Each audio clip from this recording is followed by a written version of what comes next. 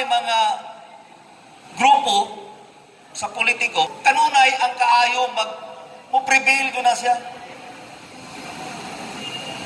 Kung hindi ko mahadlo, kay kahadlo ka ng ubang nga karaang politiko diri ko balo na kung sa ilang style. Propaganda ang daghan ana. Mabitang lipay ko nga na si Sir Mike Nakwa, makabagong media. Pagubal pang mga media nga naa diri nga gustong mo advocate sa makabagong medium of information or media of information nga maghatag ta og saktong informasyon. Panubaya nato ang gibuhat sa akong administrasyon. Ang uban gud kay panahon sa una nag-hire og media people, way laing buhaton kundili sigig pangdaot. Labi na sa mga sigig pangdaot sa kagas. Sorry, di ko musuon sa ila ha. Kasi madismaya mo na ko.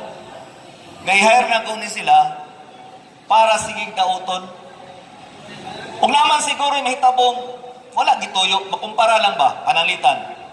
Ang koleksyon sa previous administration sa bus terminal, medyo mas higher karon kumpara sa una. Ang kita nato sa slaughterhouse, mas dako karon kumpara sa una.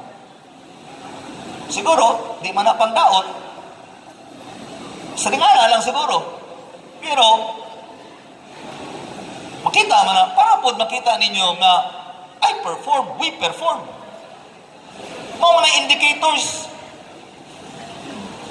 O sa suga, sa aspeto sa streetlights, pila man ang napasigang suga ni Joseph Cagas sa panahon niyang administration. Sa iyang administration.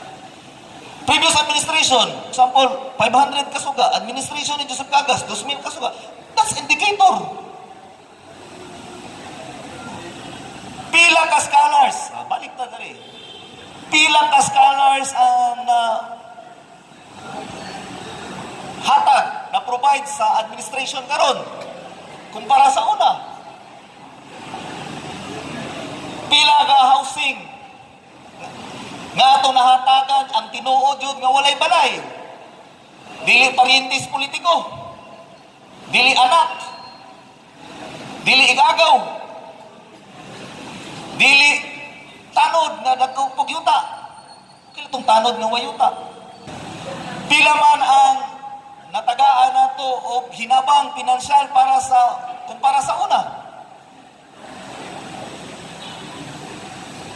Kaya may mo na lang po sunod pag-abot sa eleksyon, o mabuhat mo na ito na mo'y system niya na, niya ko karon gusto mo balik pagkasulugoon ninyo.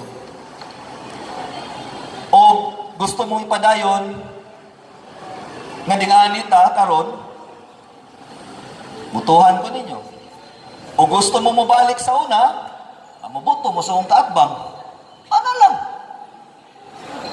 Simple.